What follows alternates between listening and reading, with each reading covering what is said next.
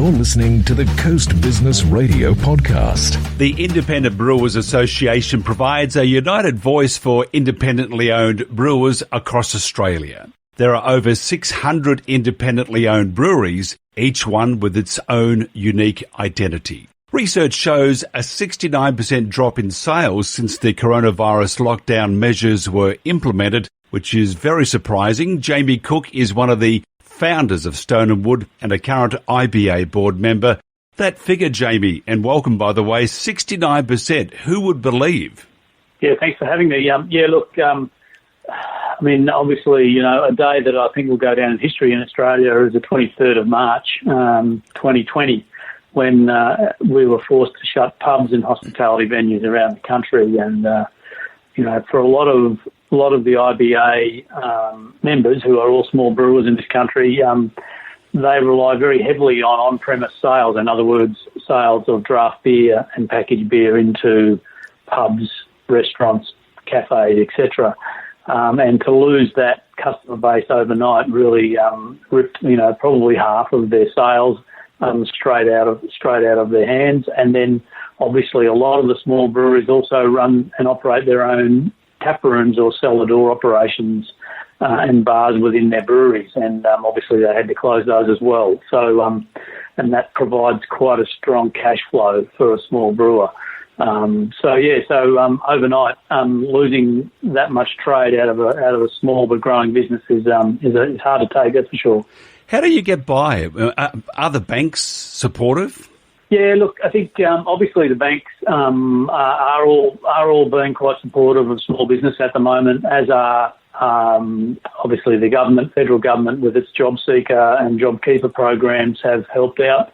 A lot of our small businesses are culturally very people-oriented and therefore wanted to keep their employees on as much as they can.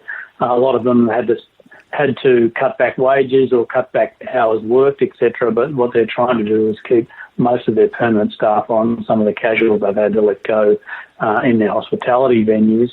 The government, through their JobKeeper and JobSeeker, but also through deferment of excise payments. So one of the things they did quite early in the piece was allow brewers and small alcohol producers to defer our excise payments. We pay excise weekly for all beer that's left the brewery the week before, well before we get paid normally. From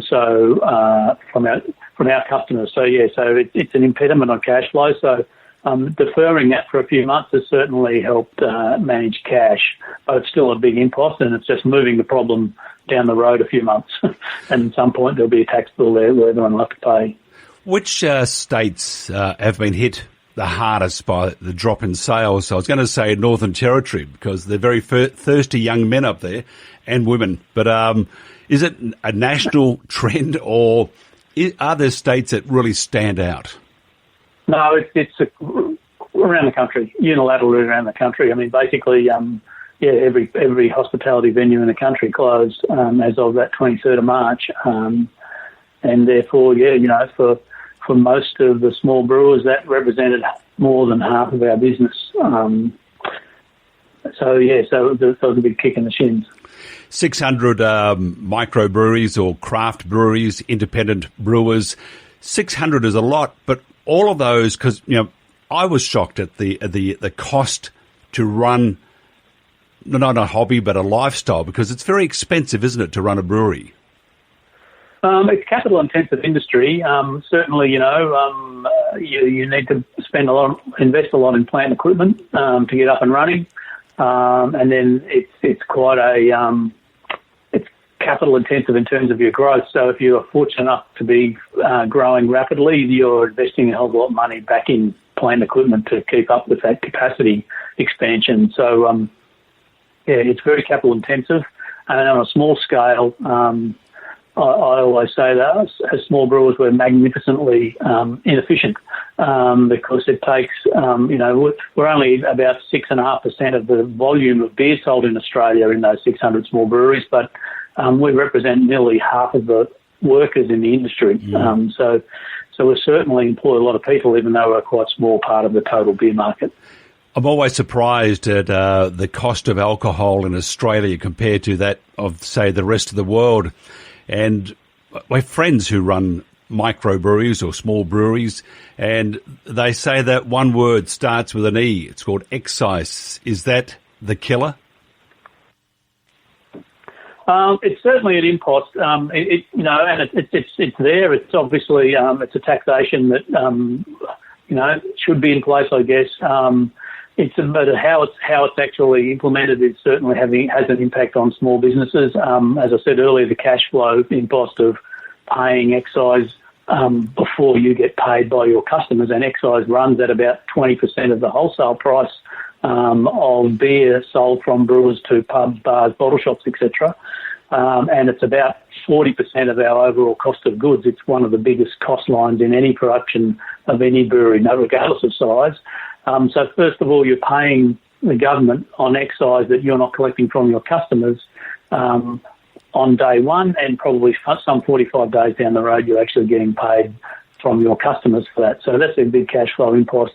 The second piece is, the amount of tax we pay is very high, proportionate to other countries. Tax on beer is very high around versus the rest of the world. And it's indexed to CPI, which means that every 6 months when there's a CPI review, the excise rate is increased. So we get beer goes up twice a year just due to the increase on excise. Even though people are drinking less beer in the country, they're drinking better beer, we're paying a higher rate of tax. So it just doesn't seem like a level of taxation that's probably pitched at a nation of beer drinkers that are becoming more sophisticated and more responsible.